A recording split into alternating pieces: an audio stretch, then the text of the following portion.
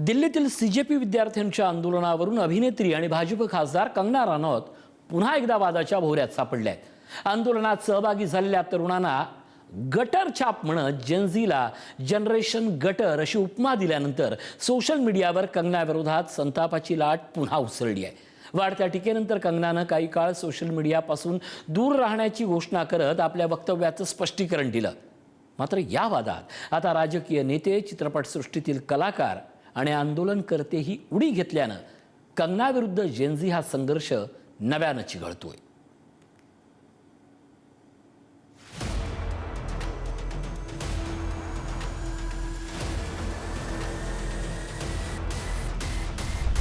कंगना विरुद्ध Gen Z, gutter छाप वक्तव्यावरून नवा वाद, कंगनावर डिजिटल डिटॉक्सची वेळ,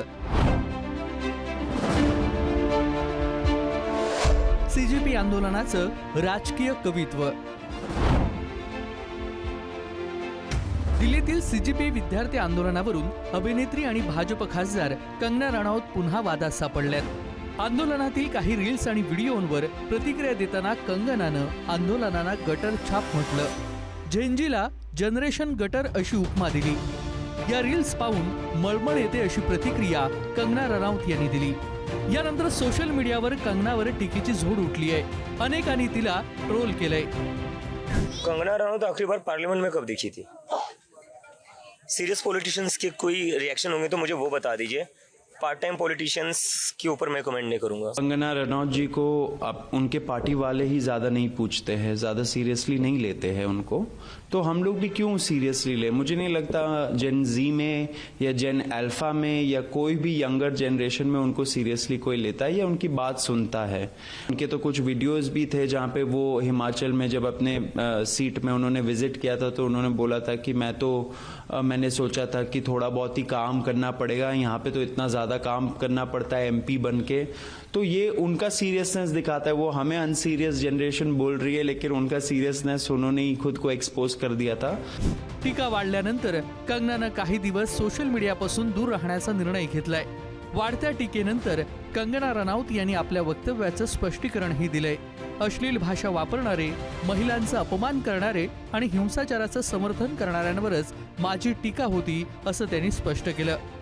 क्योंकि मैंने कुछ प्रोटेस्टर्स को जो कि गटर छाप, अनैतिक, अश्लील बिहेवियर सड़क पर बच्चों के सामने, बुजुर्गों के सामने, महिलाओं के सामने डिस्प्ले कर रहे थे, उसको नॉर्मलाइज करने से मना किया है कि we do not accept this in this society. हम लोग नहीं चाहते कि हमारे घर के बच्चों को कोई जो है अपनी अश्लील हरकतों से जो है टाइम से पहले सेक्सुअलाइज कर दे। हमारे घर के बुजुर्गों के सामने जो है हमें शर्मिंदगी महसूस कर, हम नहीं इस तरह का बिहेवियर एक्सेप्ट करते हैं, उसको नॉर्मलाइज नहीं होने देंगे। कंगनाच्या वक्तव्यावर आता राजकीय प्रतिक्रिया उमटू लागल्यात।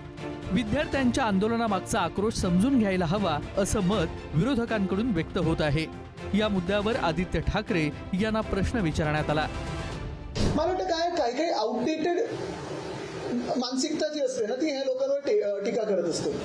समाज हा वेळेप्रमाणे बदलत असतो आणि जर तुमच्या विरुद्ध कोणतरी बोललं तर हे खूपच भयानक प्रकारचे आहेत, खूपच लिबरल आहेत, खूपच असं बोलतायत तर भीती काय आणि तुम्ही असं का वागता की त्यांना तुमच्यावर बोलावं लागतं। दुसरीकडे भाजप नेत्यांनी देखील या वादावर प्रतिक्रिया दिली। विद्यार्थ्यांच्या नावावर घुसलेल्या समाजकंटकांबद्दल कंगना रनौत बोलत होत्या असं नवनाथ बन यांनी म्हटलं।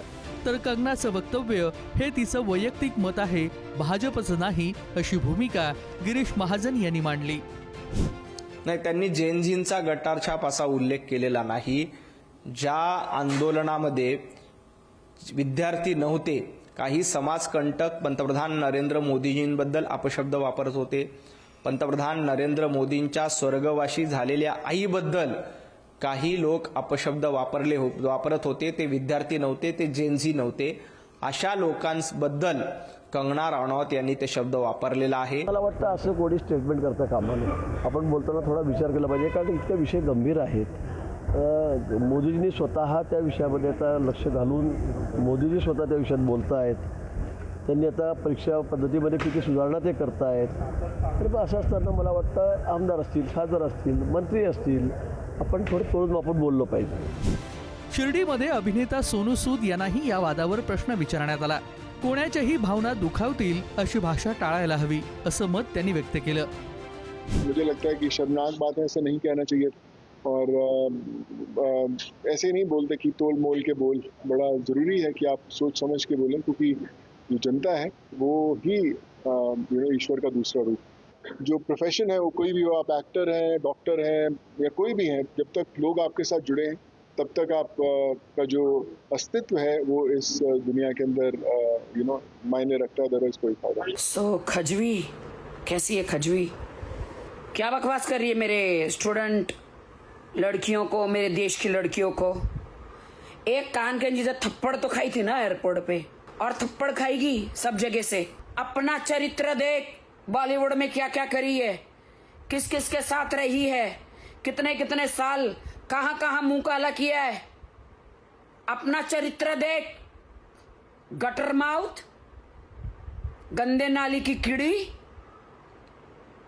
मेरी देश की लड़कियों के खिलाफ बोल रही है। तेरी इतनी औकात है? दरम्यान आंदोलनात सहभागी झालेल्या रिया यांनीही कंगनावर निशाणा साधला. विद्यार्थ्यांच्या भावना समजून न घेता त्यांचा अपमान केल्याचा आरोप त्यांनी केलाय. जिन लोगों के पास पावर है उन्हें काउंसलिंग दी जाए ताकि वो ऐसा बयान विवादित ना करे, क्योंकि जो पुलिस ने किया है उनको पावर कहाँ से आती है? उन्हें लगता है कि अगर इनके साथ जो कुर्सी पर है उनके साथ कुछ नहीं हो रहा तो हमारे साथ क्या ही होगा। रेप के बारे में, जातिवाद के बारे में, पार्टियों के बारे में, लड़कियों के बारे में, छात्रों के बारे में, वो कुछ भी अपना मन करे धड़ल्ले से बयान देते जाएंगे और हम यहाँ बैठकर सुनते जाएंगे। ऐसा नहीं होना चाहिए। काउंसलिंग सेशन होने चाहिए, वार्निंग लेटर्स देने चाहिए ऐसे लोगों को. कंगनाच्या स्पष्टीकरणानंतरही वाद काही थांबलेला नाही. सोशल मीडियावर, राजकारणात आणि मनोरंजन विश्वात कंगना विरुद्ध झेंझे हा संघर्ष अजूनही कायम आहे.